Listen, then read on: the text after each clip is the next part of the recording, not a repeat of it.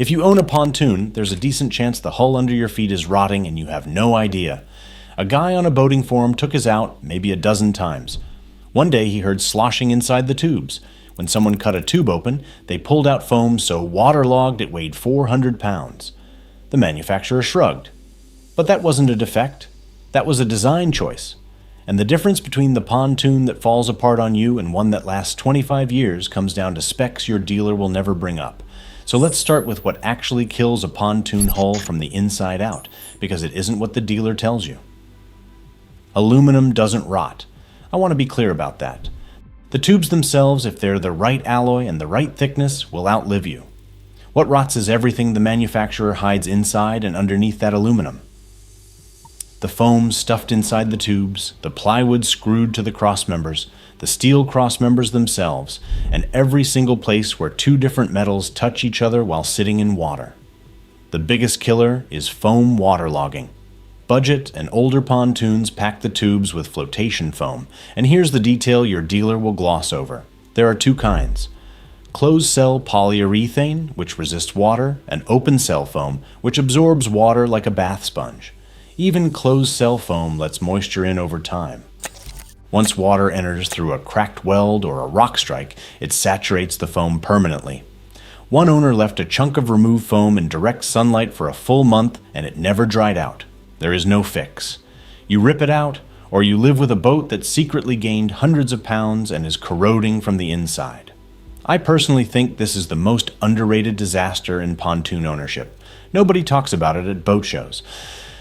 Nobody weighs their tubes before buying used, and it's killing boats silently every season. But the foam is only half the story, because what's holding your deck up matters just as much. Older and budget pontoons use galvanized steel crossmembers. Galvanized just means zinc-coated steel. The second that zinc gets scratched at a bolt hole, you've got bare steel rusting inside an aluminum frame. I've seen pictures of 10-year-old crossmembers that looked like rusty rebar. Quality manufacturers switched to extruded aluminum crossmembers years ago, but some budget brands still haven't. If nobody at the dealership can answer what material the crossmembers are made of, that tells you something. Now let's talk about the aluminum itself, because this is where I spent about 20 hours in spec sheets and forum posts and came out genuinely angry.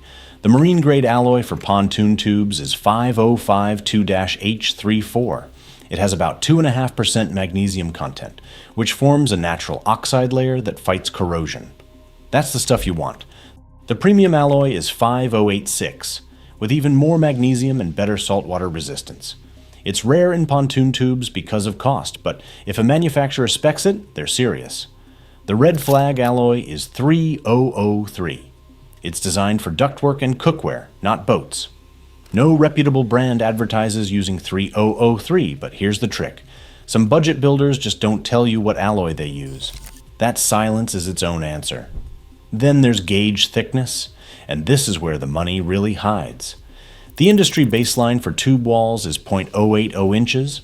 Budget manufacturers reportedly go as thin as 0.063 inches, which is 21% thinner than the baseline.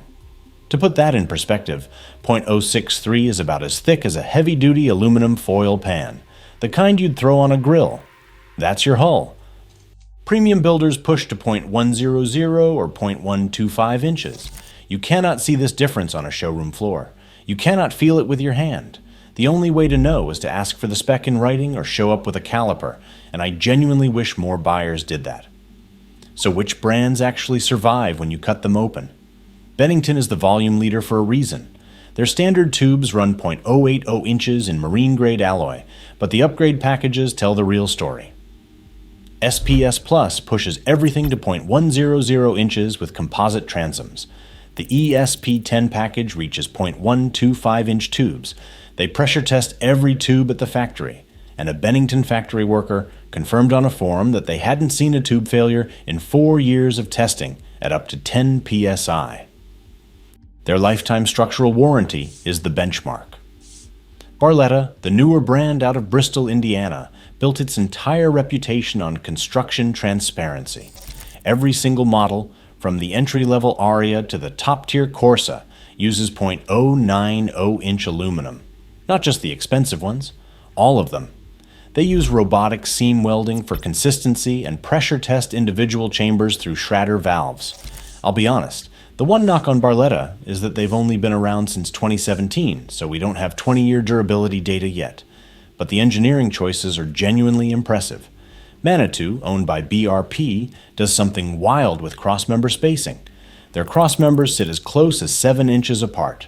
Industry average, 16 to 24 inches.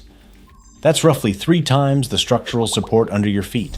Their motor mounts are machined from solid aluminum billet instead of bent sheet metal. If you've ever driven a Manitou and thought it felt stiffer and more solid than other pontoons, that crossmember density is why. Harris has been at this for over 60 years. Continuous M brackets running the full length of each tube, crossmember upright spacing as tight as 4 inches, and 3 sealed chambers per tube. 16 NMM. Hey, customer satisfaction awards don't lie. If you're finding this useful, hit subscribe. I cover the mechanical truth about boats every week. No dealer sponsorships, no brand partnerships. Now here's the part nobody at the boat show wants to discuss. Which brands have the worst documented construction records? Suntracker dominates the budget market because Bass Pro sells them at prices that undercut everyone. But the complaints are specific.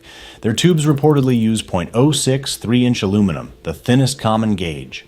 Assembly relies on steel self-tapping screws instead of stainless through bolts. A 2020 Sportfish owner documented on forums that the weld between 2 pontoon log sections separated on the water, almost losing the boat.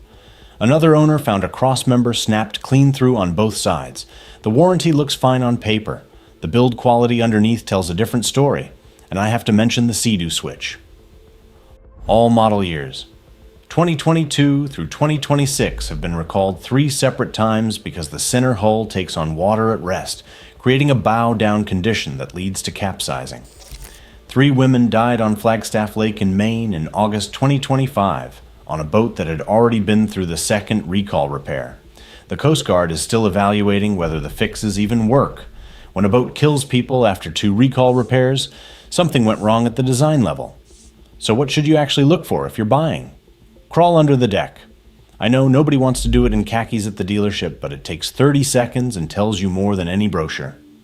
Count the crossmembers. Tap the tubes. A well-baffled tube with sealed chambers produces a dull thud. A hollow, thin tube rings like a bell. Check whether the fasteners are stainless through bolts or steel self-tapping screws. Ask for the tube gauge in writing. If the salesperson can't tell you, walk. And if you're buying used, bring a cheap bathroom scale and weigh the tubes at the drain plug. If water pours out, you already have your answer. The construction sweet spot sits between $45,000 and $75,000 for a 22 to 24-foot boat. But the sharpest move for a cost-conscious buyer? A 3 to 5-year-old Bennington or Harris.